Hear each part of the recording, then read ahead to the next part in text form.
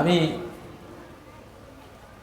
কিছু তথ্য আপনাদেরকে ইদানিং দিচ্ছি, যেটা আমি আগে কখনো আনতাম না। এগুলো তখন ওয়াজের ধারা ছিল আমার সামাজিক, রাজনীতি করতাম না। রাজনীতির জন্য আল্লাহ আমার জীবনের এই পর্বটা রেখেছেন যে আরো পরিণত হও, আরো বয়স হোক, তারপরে রাজনীতি করব। সেই রাজনীতি শুরু হয়েছে জেলখানা থেকে। আলহামদুলিল্লাহ। নারীরাই রাষ্ট্র, রাষ্ট্র মানেই নারী। নারীর জন্যই রাষ্ট্র দরকার, নারীর জন্যই পরিবার দরকার, নারীর জন্যই ঘর দরকার। পুরুষ রাস্তায় ঘুমাতে পারে, গাছতলায় পড়ে থাকতে পারে, রেল স্টেশনে পড়ে থাকতে পারে, খেতে গিয়ে আইলে ঘুমাইলে কি, লোহার রড যেখানে আছে সেখানে পড়ে থাকে, ঠিক না? কিন্তু স্বর্ণ এইটা সবখানে রাখা যায় না। এটা জুয়েলার্সে রাখতে হয়, কেসি গেট মারতে হয়, বন্দুকওয়ালা পাহারাদার রাখতে হয়। যত ভিতরের ইবাদত সব স্বর্ণের জন্য, ঠিক না? ইসলাম নারীদের মর্যাদা দিয়েছে, নারীদেরকে বানিয়েছে স্বর্ণ। স্বর্ণের দাম বেশি, কাম কম। আর পুরুষকে বানিয়েছে লোহা, লোহার কাম বেশি, দাম কম। আমরা হইলাম লোহার জাত, ঠিক না? লোহা এটা তো নিজেই সেলফ সাফিসিয়েন্ট, নিজেকে নিজে রক্ষা করতে পারে। লোহার রড একটা দেখলে তো ভয় লাগে যে এটা দিয়ে বাড়ি একটা মারলে তো আমি শেষ, ঠিক না? তো এখন ঘর দুয়ার লাগে কার জন্য? সারা কোরআনে ঘরের সম্পর্ক আল্লাহ নারী জাতির সাথে করেছেন।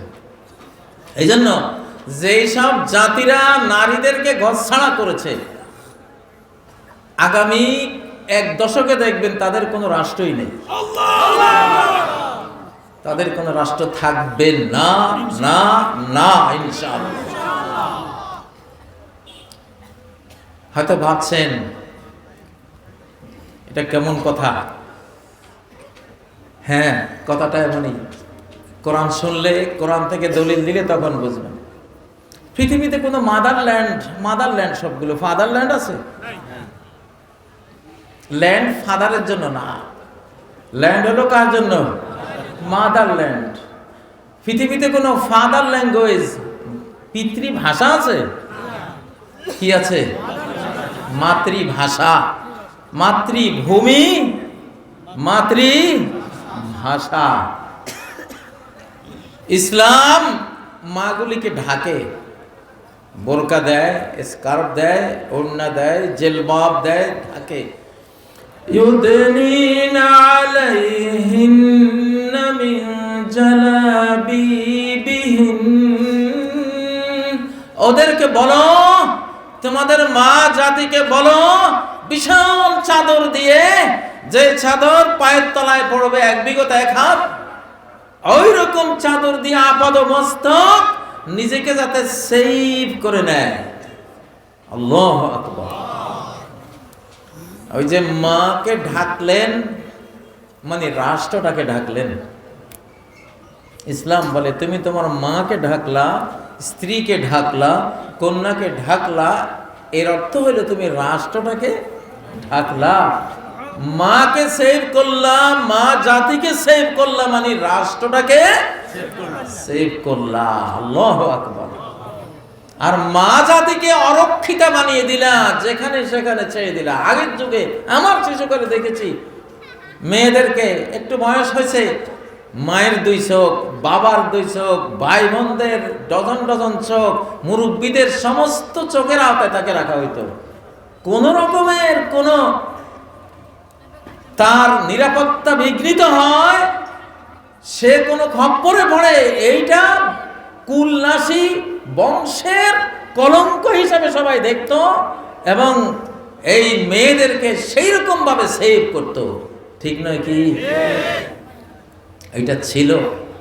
তো ইসলাম বলে যে জাতি নারীদেরকে সেভ করবে না, তার রাষ্ট্র থাকবে না, আল্লাহ দেবেন না। তোমার রাষ্ট্রের দরকারটা কি? কি করবা রাষ্ট্র দিয়ে? ইহুদি জাতি, রাষ্ট্র নাই। ইহুদি জাতির রাষ্ট্র নাই, তারা হযরত ইব্রাহিম আলাইহিস সালামের বংশ, কিন্তু রাষ্ট্র নাই। সারা বিশ্বব্যাপী 1948 সালে ছোট্ট এই লাকসামের মতো জায়গা কদ্দুর, এই সামান্য একটু জায়গা একটা রাষ্ট্র বানাইছে, নাম ইসরায়েল, ঠিক না কি? বানায় ছোট্ট রাষ্ট্র একটা নাই, তাও সেটা নিয়ে খালি যুদ্ধের পর যুদ্ধ। এখন তো এমন অবস্থা হয়েছে, যায় যায় অবস্থা, ওইটাও থাকবে না।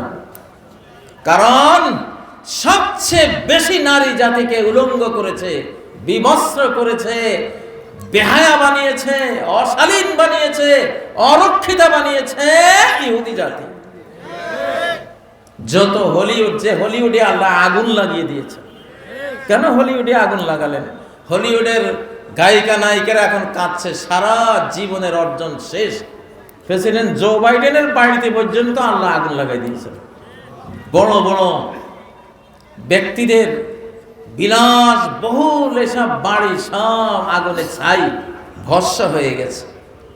কারণ একটা পরিসংখ্যান বলে, আমেরিকায় ওদের ওইসব অঞ্চলে 1 মিনিটে যা পাপ হয়, সারা বিশ্বে 24 ঘন্টা তা হয় না। এই জন্য আগুনটা সরাসরি আল্লাহ লাগাইছে। কে লাগাইছে? আল্লাহ লাগাইছে।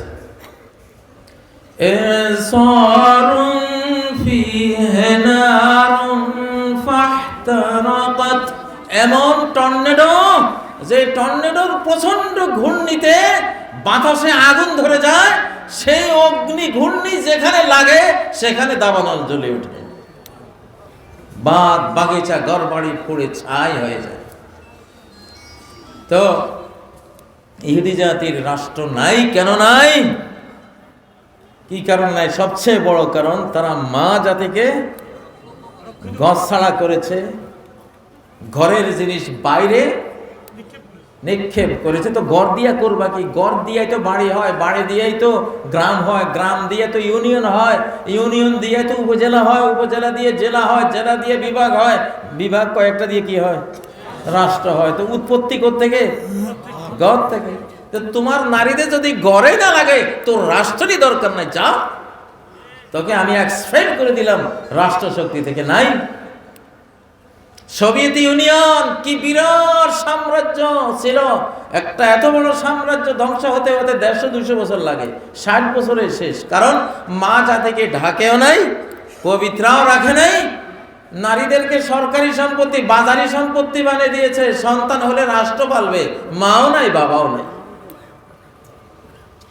আল্লাহ তাআলা কয়, তুগু মতো বেহায়া, নির্লজ্জ আর এই জন্য বদমাস জাতির জন্য রাষ্ট্র দরকার নাই। আল্লাহ 60 বছর পরে সোভিয়েত ইউনিয়ন ধ্বংস করে দিয়েছে, ঠিক নয় কি? বাংলাদেশেও কিন্তু এখন আপনাদের রাষ্ট্র বিপদে পড়ে গেছে, 3 টুকরা করে রাখছে। বাংলাদেশকে 3 ভাগ করে মানচিত্র আলাদা আলাদা করা হয়ে গেছে অলরেডি, শুধু সুযোগ পায় না। আমাদের মতো আমরা যারা আছি, একজনেই 100 কোটির সাথে লড়াই করতে পারি, আলহামদুলিল্লাহ। কেন আমরা লড়াই করি বন্ধুকে দিয়া। কারে দিয়া? আমাদের বন্ধু আছে, ফ্রেন্ড আছে, আল্লাহ। ফাকাতিল ফি সাবিলিল্লাহ। ও মুহাম্মদ, একা লড়ো তুমি আল্লাহর পথে, একলা লড়ো। লা তুকাল্লাফু ইল্লা নাফসাক। শুধু তোমাকে আমি অর্ডার দিচ্ছি, তোমার সাথে কেউ আসলে আসলো, না আসলে নাই, তুমি একা আমার পথে লড়ো। আল্লাহু আকবার। কারণ তোমার সাথে কে আছে? আল্লাহ। আসাল্লাহু আইয়াকুফা বাসাল্লাযিনা কাফারু। আশা করা যায়, আল্লাহ যখন বলেন আশা করা যায়, তার মানে হয় নিশ্চিত, কনফার্ম, সন্দেহাতীত সত্য যে আল্লাহ বেঈমানদের সমস্ত রণশক্তি, যুদ্ধের শক্তি মেছাকার করে দেবেন। আল্লাহু আশাদ্দু বাসান ওয়া আশাদ্দু তানকিলা। আল্লাহ যুদ্ধ ক্ষমতা তার সবচেয়ে কঠিন, শাস্তি দেওয়ার পাওয়ার তার সবচেয়ে কি মারাত্মক। তিনি একাই জাতির পর জাতিকে ভ্যানিশ করে দিতে পারেন। অতএব হে মুহাম্মদ, তোমার ভয়টা কিসের? তোমাকে তো শেল্টার দেব, হেল্প দেব, যা লাগে তা দেব আমি আল্লাহ নিজে। তুমি একাই লড়ো আমার পথে।